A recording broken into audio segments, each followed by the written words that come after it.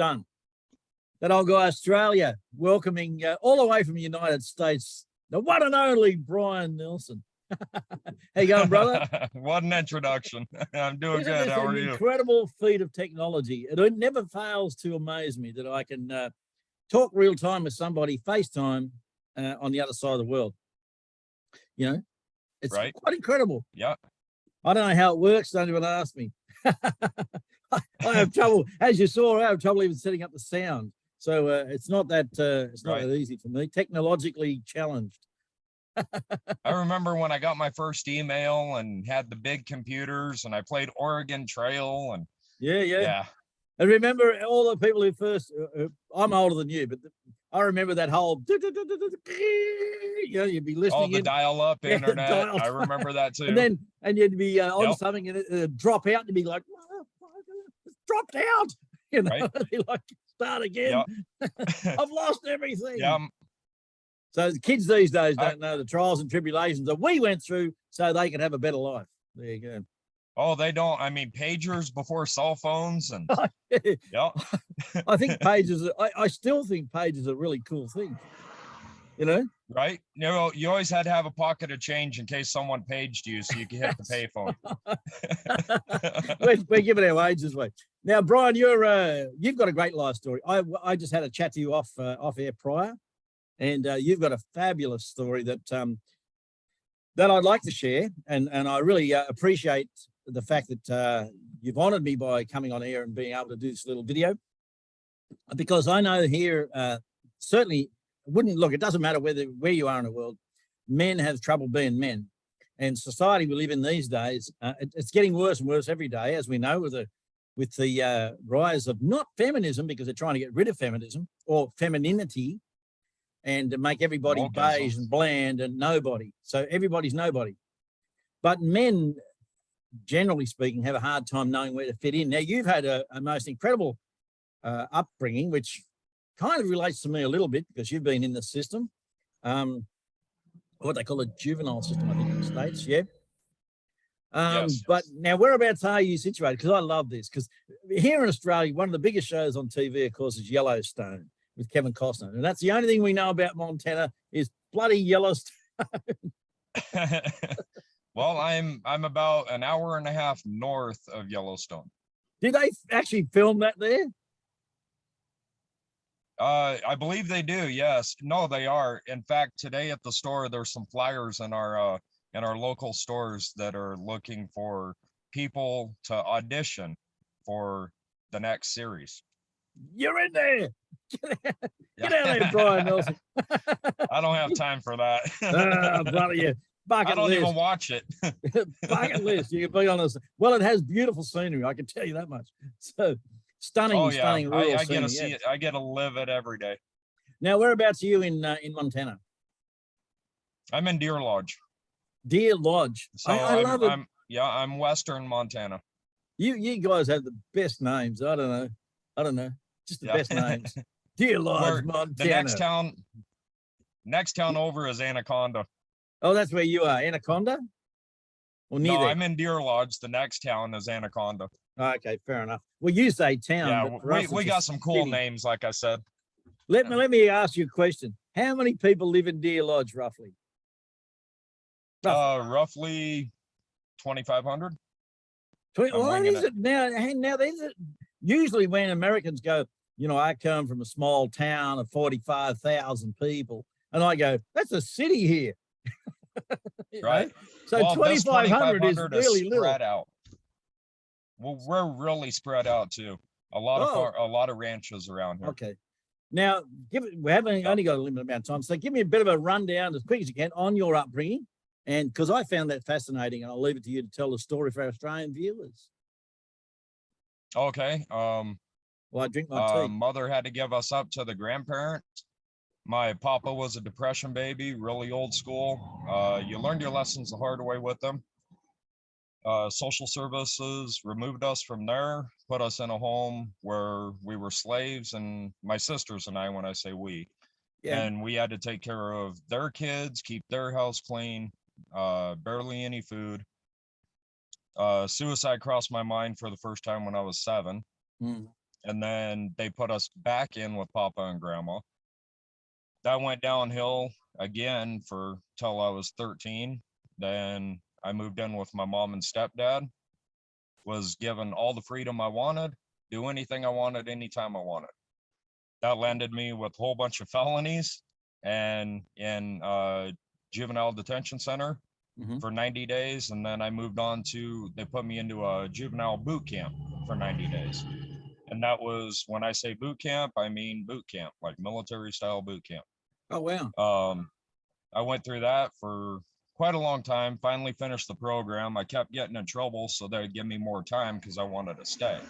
Now just on that, is that a kind of a US thing that they have for juvenile offenders, that they have these kind of like boot camps? No, so they did back in up till the 90s.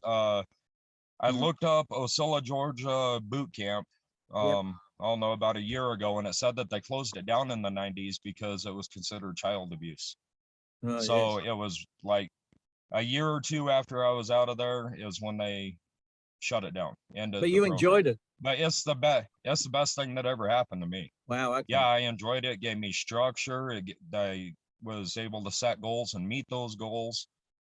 They taught me some very valuable life lessons in there, and the exercise was amazing. Yeah. I continued that when I got out. I fell in love with doing the PT. Okay. Yeah, after that, I traveled around, lived in campgrounds. My dad kept us on the move, so I couldn't get in trouble anymore. We were homeschooled, lived in tents. And that was a great experience too. I got to meet a lot of different people, see all of America pretty much. Wow. And they settled right after I turned 17. And then I moved back to Colorado when I was 17. And that's the first time I was, well, actually on my own. Okay. Got my first place job, took care of my grandma for a while, wound up hanging out with MCs, motorcycle clubs, and selling drugs and getting into drug addiction. It took me a while to get out of that. I was blessed. I met my wife, and she was in high school, 17 years old. I was 19. And we were married. I would take her to school, and then I'd go to work. And then pick her up from school, and we'd go home. Story. So, yeah, we're still together 21 years later. It's amazing. I just met her off camera. Fantastic. Yeah. Yep. God sent her to me. She straightened me out. I still struggled with addiction for a lot of years after we were married. Yeah. We moved. She knows the number. I think it was 54 times in less than 10 years. Because I would start getting, from Colorado, Wyoming, Montana. I was just doing back and forth. The cops would start getting hot on my tail and open up an investigation on me, and I would just pack everything up and move. So how was it, we spoke about this before, how was it you actually got into construction the first time around? So when I was 17 and I moved to Colorado, I wanted to try something different. I'd done appliance repair before that and just a number of different things. Yeah. So I jumped on a construction crew and fell in love with it. Started doing framing, roofing, concrete work. Yeah, that's actually where I was introduced into the hard drugs. And you ended up also going into construction in your own way. You eventually set up your own company.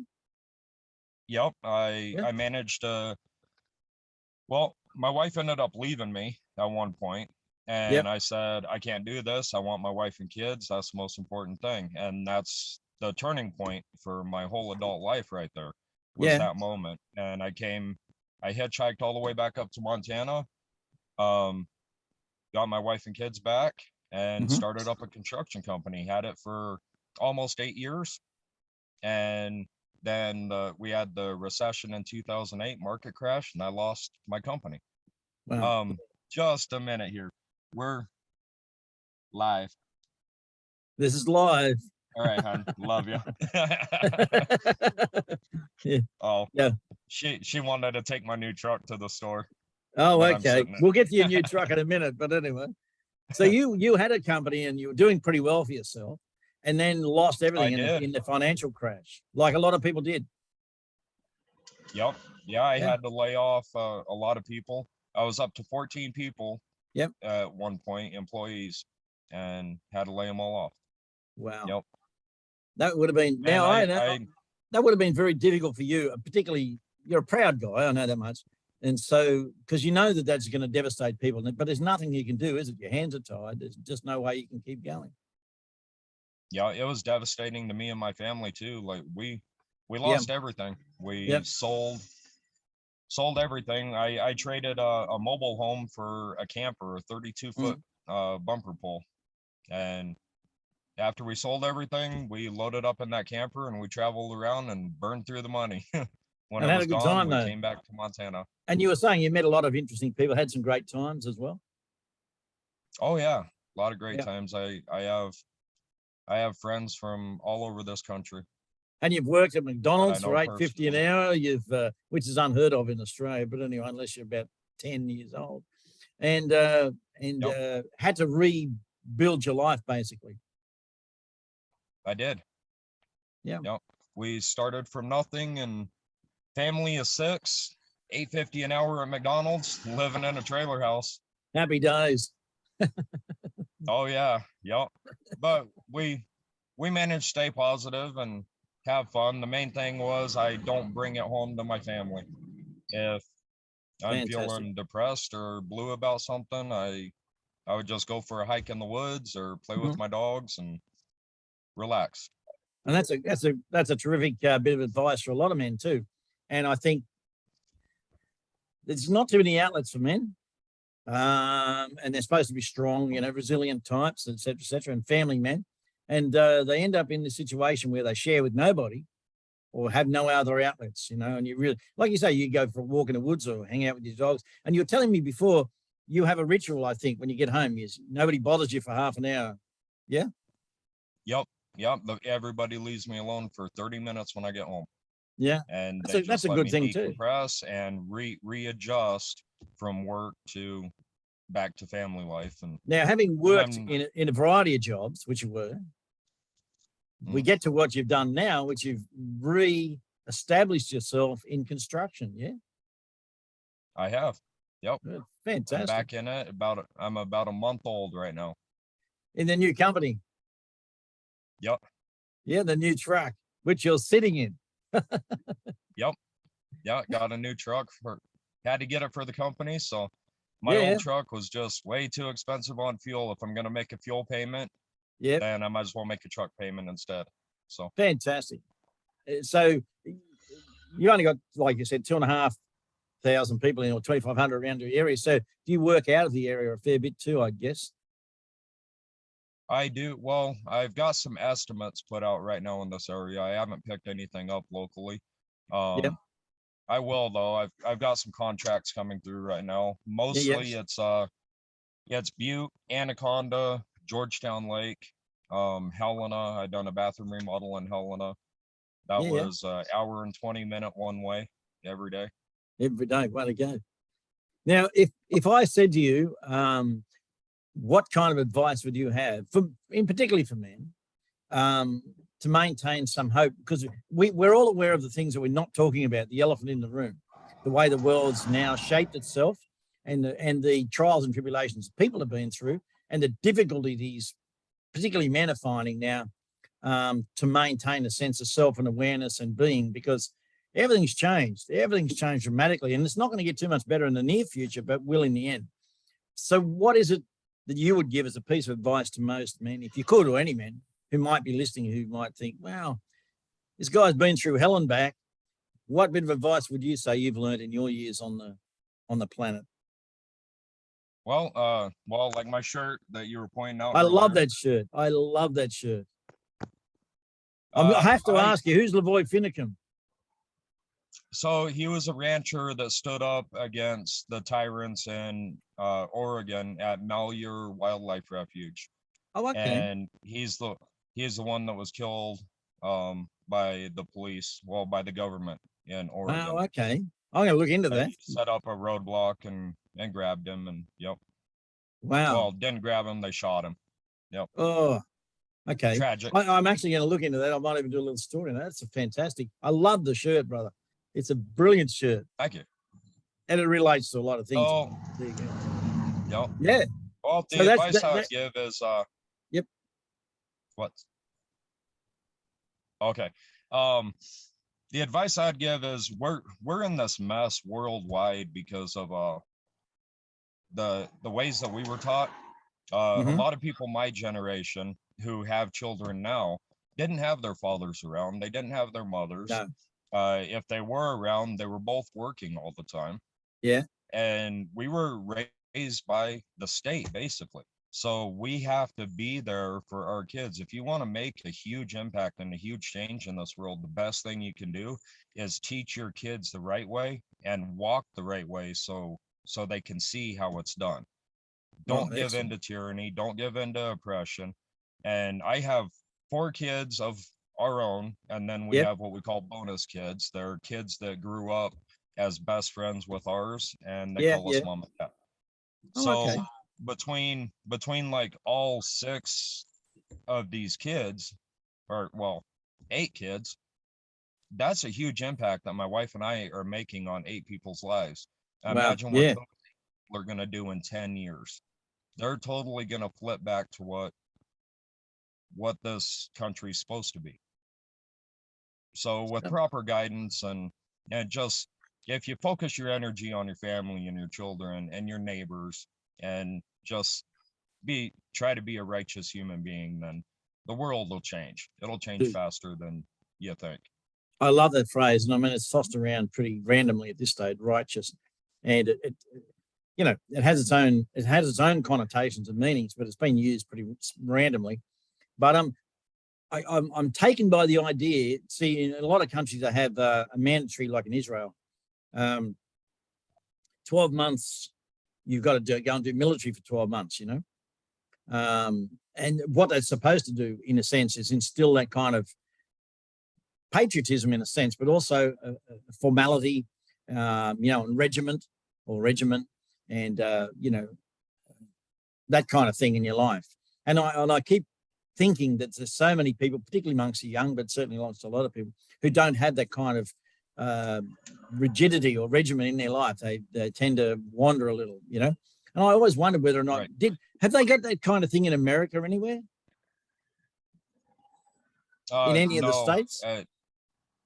No. Well, they have something similar. So my second son, we have this thing called Youth Challenge. And in Montana, it's called Montana Youth Challenge. It's sponsored by the National Guard. Oh, here we go. So it's an education based, well, education focused program, but it's military structure. So it's like a boot camp, but they focus on education. My second son, Ethan, went to it as a springboard into the military to get him physically in shape and ready to go in the military and to see what it was like to live that life. And he went to it as a 6-month program.